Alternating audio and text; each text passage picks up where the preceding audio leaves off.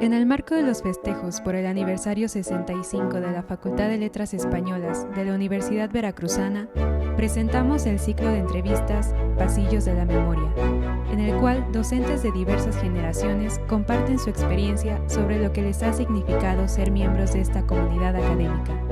Su testimonio, rico en matices y resonancias, constituye un capítulo fundamental de nuestra historia universitaria. Acompáñenos.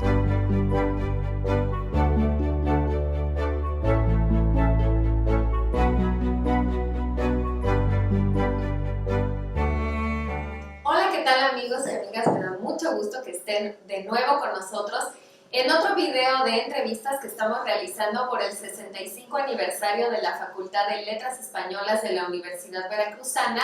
Estoy muy contenta de recibir en esta ocasión al doctor Ángel José Fernández. ¿Cómo está, doctor? Bien, muchas gracias.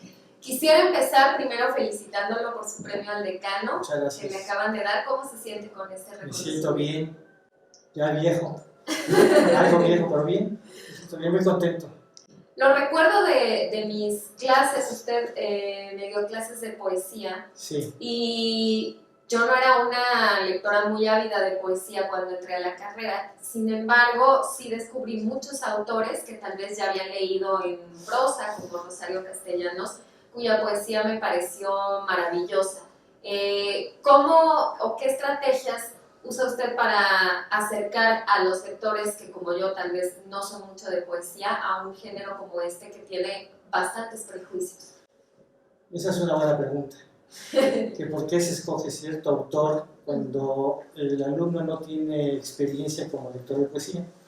Yo creo que primero hay que escoger a un autor que tenga unas formas clásicas, que sepa escribir versos, porque la musicalidad del verso, aunque escriba silbas, es importantísimo que sepa escribir versos con modalidades.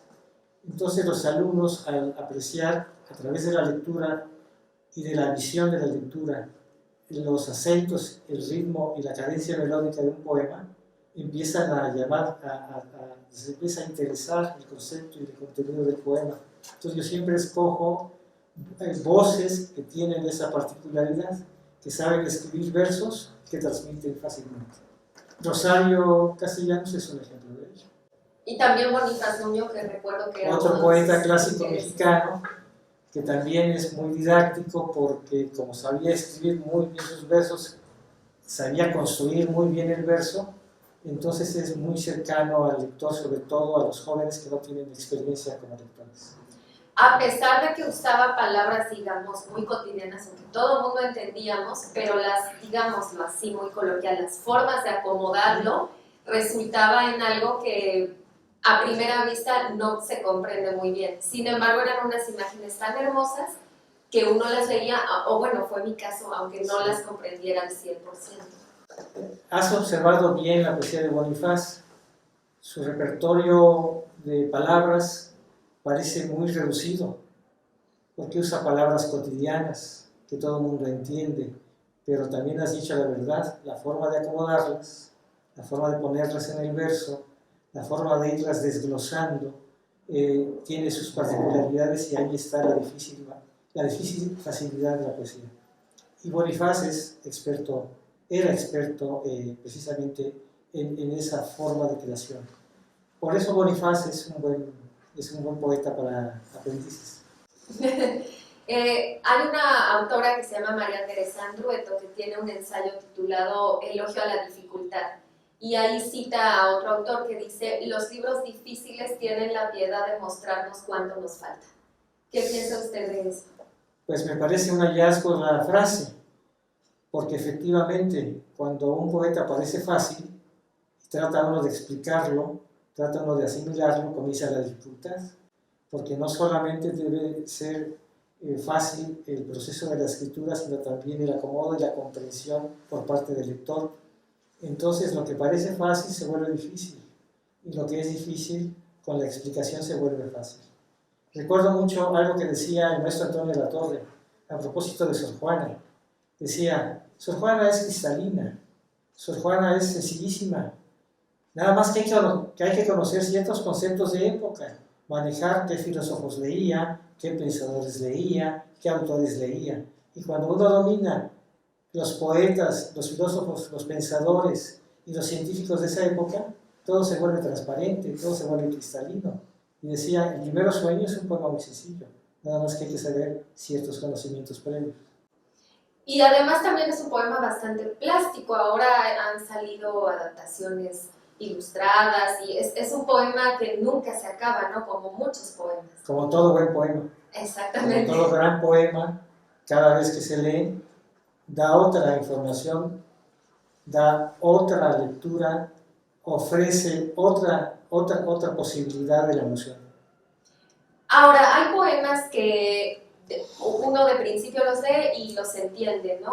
Es algo, bueno, entre comillas, es algo que dice Gabriel Said en su ensayo, el problema de la poesía que se entiende, porque realmente hay que, digamos, escarbar un poco más y cultivar, no sé si es algo que hace con sus alumnos, como el don de la paciencia, de estar leyendo y leyendo y leyendo. Solamente leyendo poesía se aprende a leer poesía. Y si el poeta es un buen poeta, es un poeta clásico, de formas clásicas, no digo que sea de la época clásica, sino que escriba formas clásicas, es mucho más fácil de captar para el estudiante o para el lector común. Yo creo que aquello que parece fácil se torna difícil, la difícil facilidad que decía Juan Mayuelos y muchos otros, ¿no? Yo creo que lo que parece fácil, al momento de que se está interpretando, comienza a mostrar la dificultad que tiene de forma intrínseca la poesía. Sin embargo, cuando la poesía está bien escrita, el contenido fluye, el mensaje fluye y el lector se acerca a esa obra. Hablemos un poco sobre los prejuicios de la poesía y de los poetas. Por ejemplo, se dice que quien quiera escribir poesía nunca debe leer otra cosa que no sea poesía. ¿Hay estructuras, digamos, en la narrativa que le podrían servir a un poeta?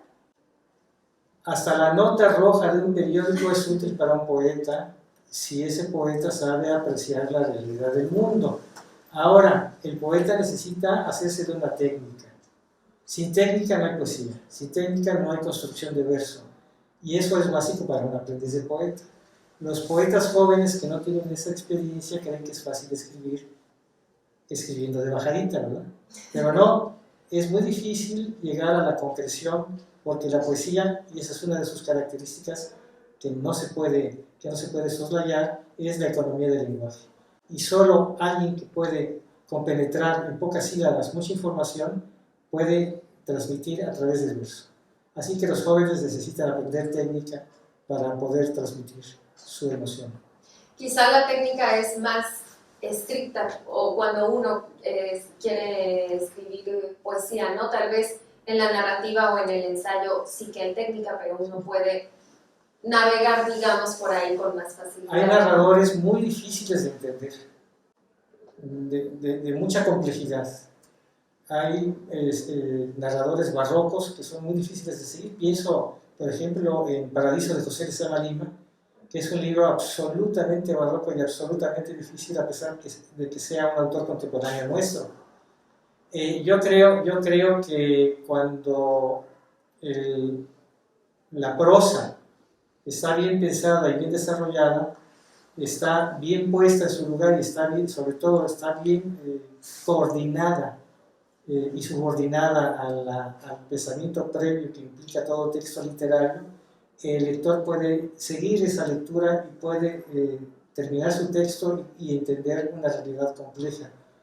No importa que sea un texto escrito de forma sencilla, como por ejemplo una prosa de Tito Monterroso, o una página del propio Lezama Lima, que son difíciles de entender. Pero como decía Latorre, y no hay que perderlo de vista, conociendo algunas cosas de la época, ciertos pensadores, ciertas formas de ver el mundo, uno capta mucho mejor la realidad, sea una prosa sencilla o sea una prosa barroca. Igualmente, la poesía puede ser aparentemente sencilla. Pienso en un poeta que es muy leído como Mario Benedetti, que parece muy sencilla su poesía. A mí, de hecho, me parece que es inclusive vulgar en el buen sentido, porque la puede entender cualquiera. Y sin embargo, adentro de esa obra, en sus costillas íntimas, sí hay una dificultad, sí hay un proceso creativo y sí hay una técnica depurada que le permite al autor plasmar eso en palabras sencillas, que puede ser muy complejo. Ahora quiero hablar un poco sobre su faceta como creador, como escritor de poesía. Digamos, ¿cómo es ese momento en donde usted siente que nace un poema en su imaginación? La pregunta es fácil de responder, ¿no? No lo sé, yo creo que el poema llega a uno. Hay que saberlo pescar. A partir de una imagen, yo siempre pienso en una imagen. Por ejemplo, ahí hay un papel. Si pongo atención en ese papel, puedo imaginarme una construcción sobre ese papel. Y si yo sigo elaborando la complejidad de lo que significa ese papel, cómo está ahí, por qué está ahí, quién lo trajo, qué representa y qué está representando para mí en ese momento, entonces yo puedo captar una realidad y puedo empezar a trabajarla como objeto poético, como objeto de texto. Así que es un trabajo. Es un trabajo. Primero, abrir bien los ojos, captar bien la realidad, tener sensibilidad y desde luego, como ya dije, técnica. La técnica es básica. ¿Todo lo que se le ocurre a usted sale invariablemente en forma de poema? De ninguna manera. El poema tiene dos etapas sin lugar a dudas. Primero el impulso creativo y después el trabajo, como dice Valery, el trabajo del poeta. Primero se expulsa una idea y después se trabaja el poema. Así que hay dos etapas y hay mucho trabajo detrás. Entonces, primero la expulsión de una idea en bruto y después ir depurando hasta que el poema quede listo. ¿Y cómo sabe cuándo queda listo? Cuando, como lector, yo veo que ya está completo. Así que el poeta es el primer lector de la obra. Y el poeta, si tiene autocrítica, si sabe técnica, si sabe apreciar la realidad, entonces puede también pensar críticamente sobre su objeto. Es un poco difícil deshacerse del ego en ese proceso y no creer que es extremadamente bueno o extremadamente malo. Uno tiene que ser riguroso consigo mismo. Y sí cuesta trabajo desechar una criatura. Cuesta trabajo expulsarla y tirarla a la basura. Pero a veces es necesario. Pero a veces, sale mal desde ese punto de vista, sí. Pero vaya, es algo que uno ya escribió y a lo mejor puede tener... Se vuelve a intentar. Exactamente. Se vuelve a intentar. Yo he tratado de escribir desde hace casi 40 años un poema a la muerte de mi padre y todavía no lo logro. Llevo 3 o 4 fragmentos y sigo trabajando en ello. Algún día saldrá y si no sale es porque no tiene que salir. Entonces, es parte del trabajo. Es un trabajo. El zapatero sabe cambiar suelas. Bueno, sí, es que ya creo que ya ni se usan las medias suelas de los zapatos o las suelas completas. Porque ahora se desechan los zapatos, ¿no? Pero el zapatero sabe cómo pegarle al martillo, qué clavo utilizar y qué navaja utilizar para no rasgar y no lastimar el zapato. De esa misma manera que el zapatero sabe cómo cambiar un par de suelas, el poeta debe saber construir su poema. ¿Hay temas recurrentes dentro de su poesía? Los poemas son básicos, los temas son básicos, son elementales, la vida, la muerte, el placer, la carencia, el desamor, el amor. Se pueden enumerar con los dedos de una mano. ¿Qué diría que hace a un poema memorable? Porque hace poco estuvimos el doctor y yo en otra entrevista para Radio V de hecho, y recuerdo que un poema de usted empezaba con hermana mía desnuda. Sí. ¿Qué hace memorable a un poema? Lo hace memorable la recurrencia del lector. El poeta pues, lo expulsa y bueno, a uno le puede gustar, pero la repetición, la lectura, la transmisión es lo importante.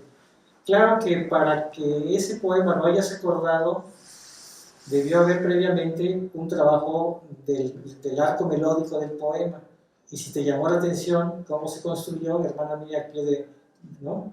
Entonces ahí jala al lector. Entonces, por eso digo, la técnica primero, la técnica, que no se note, que no se sobreescriba y después el lector lo completará y el lector se volverá lector de ese poema. Porque se puede evocar tanto el texto mismo como algún sentimiento del poema, ¿no?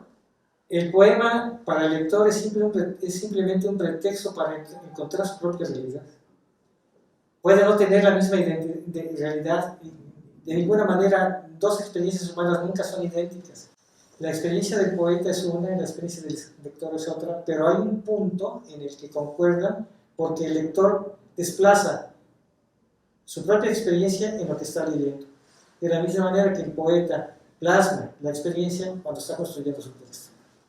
Ahora hablemos de la Facultad de Letras Españolas, que está cumpliendo 65 años. ¿Qué diría usted que es lo que más lo motiva o lo que más disfruta al dar clases? Transmitir conocimiento, transmitir emociones. No hay otra. Yo vengo a dar clase porque los jóvenes, no todos, pero sí 3 o 4 siempre, ponen atención, entienden lo que uno está diciendo y por esos 3 o 4 alumnos que cada profesor tiene en cada curso, porque no todos aprenden al mismo tiempo, con esos 3 o 4 alumnos que capten una realidad, que sientan la emoción del texto, la forma de la identificación, el acomodo temporal del texto que estamos leyendo, con eso me conformo. Yo vengo siempre a dar clase con mucho gusto, porque me gusta transmitir la emoción que yo siento al leer la literatura. ¿Hay algunos alumnos que escriban poesía que le hayan dado sus poemas a usted para conocer su opinión? Muchos y a lo largo de toda mi vida. Y yo siempre los atiendo y siempre les doy mis consejos. ¿Ha notado ciertas tendencias en estos poemas a lo largo de los años que nos habrán Sí, sobre todo la destrucción de la técnica poética, entonces hay que jalarlos un poco a la preparación de la técnica para que, apoyados por la técnica, puedan escribir. Si alguien tiene una potencialidad para transmitir una experiencia, con la técnica es mucho más fácil. Sin la técnica se puede quedar en un borrador. Entonces yo siempre los llamo a la técnica, los llamo a la modestia de todo aprendiz de artista. El pintor necesita copiar la realidad para pintar un cuadro abstracto. El poeta necesita sentir la experiencia ajena, pero también la técnica para poder trasladar su experiencia. Y la dificultad del poeta es que ocupa el lenguaje y el lenguaje sirve para otras cosas, como por ejemplo para comunicarse. Entonces ahí tiene una dificultad el poeta y el escritor en general.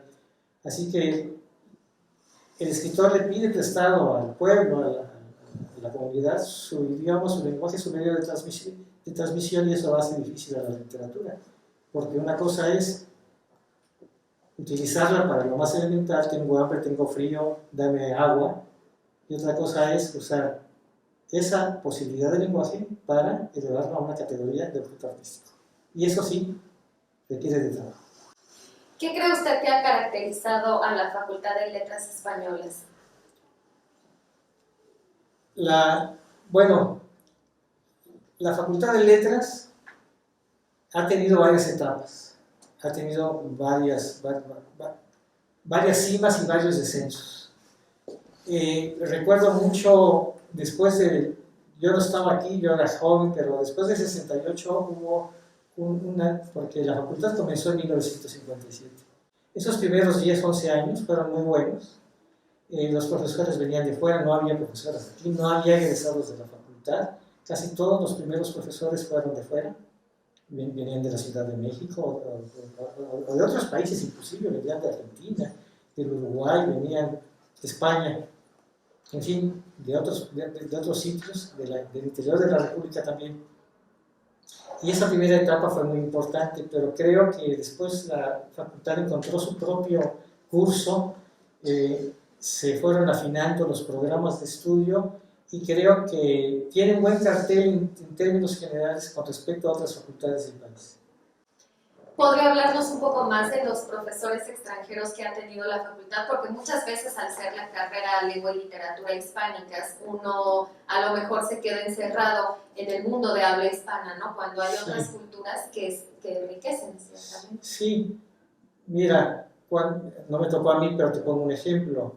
Cuando se estaba comenzando la facultad, por ejemplo, José Gauss, un gran filósofo, vino a dar clases. Qué privilegio recibir de José Gauss una clase, o que Fernando Salmerón te haya dado una clase de filosofía en la propia carrera de letras, o que José Pascual Buchó, que es un filólogo muy prestigiado, pues cuando era joven no solo fue profesor de la facultad, fue el primer director de la facultad, y tener a José Pascual Buchó en las aulas, yo lo tuve muchos años después, es un gran privilegio. Entonces, sí, los profesores colaboran. Cuando vino el exilio de los sudamericanos, y vinieron algunos argentinos, algunos chilenos y algunos uruguayos en distintas etapas, cuando vinieron los conflictos de América Latina, inclusive algunos cubanos, se enriqueció la facultad porque es otra forma de ver el mundo. Entonces eso sí también ayuda a los alumnos. Las técnicas, otra posibilidad, otra imagen del mundo, en fin, se amplía el horizonte de los alumnos. Pero pues la facultad siempre ha tenido un grupo de profesores que son su base fuerte, que son, y están ahí y hace fuerte a la facultad. Ahora, el problema no son los profesores, el problema es el alumno. ¿Por qué? Porque básicamente un estudiante de humanidades se forma de manera autodidacta, aún dentro del aula académica. Entonces, depende del alumno. Si el alumno tiene interés, el profesor ayuda, y si el profesor es bueno, más fácil avanza. Si el profesor no es bueno y el alumno no quiere aprender por sí mismo, pues ese aprendizaje fracasa o se limita. Con otros profesores que han venido a estas entrevistas hemos hablado del sentido de comunidad que tiene la facultad para guiar, para a lo mejor asesorar a los alumnos en sus intereses. ¿Qué piensa usted de esto? Es una parte básica y una labor muy necesaria que debe desarrollar cada profesor. Yo creo que más allá de toda medida o razón pedagógica, creo que finalmente la intercomunicación con los alumnos es básica, y tener la conciencia de la comunidad es muy importante. A lo largo de mi experiencia en la Facultad de Letras he tenido, por ejemplo, alumnos que están drogados en clase, que tienen un ataque una convulsión, y bueno, hay que atenderlos, hay que encauzarlos, hay que llevarlos al hospital, en fin. Entonces, no solamente se trata de dar clase, también hay que intercambiar. Muchos alumnos tienen problemas en su casa, tienen problemas de dinero, tienen problemas sentimentales, tienen problemas de muchos órdenes, y uno pues siempre está ahí para echarles la mano. Antes de finalizar esta entrevista, ¿tiene alguna recomendación de algún libro, sea de poesía, novela o lo que sea, para quienes nos están viendo? Yo siempre recomiendo un libro de Rainer Maria Rilke que se llama Cartas a un joven poeta. ¿Por qué? Porque ese libro me sirvió a mí cuando yo tenía 20 años y lo leí, y me enseñó a ser escritor, ¿no? Son 10 cartas que Rainer Maria Rilke le escribió a un aprendiz de poeta que no conocía, que le escribió, y entonces son las recomendaciones que da Rilke y todavía siguen funcionando muy bien. Son la transmisión del conocimiento y la experiencia. Y siempre dice, cuando no tengas un tema sobre qué escribir, piensa en tu infancia, por ejemplo, es una de las grandes enseñanzas de Rilke. ¿Usted regresa a su infancia en lo que escribe? Todos los días. ¿Considera importante esta parte de saber qué es lo que le preocupa a uno? Es decir, es bueno vivir la experiencia ajena, pero la producción literaria es diferente cuando se basa en lo que uno mismo... No hace falta la experiencia ajena, yo creo que es básica la personal, y hay que saberla encauzar y recordarla y reflexionarla.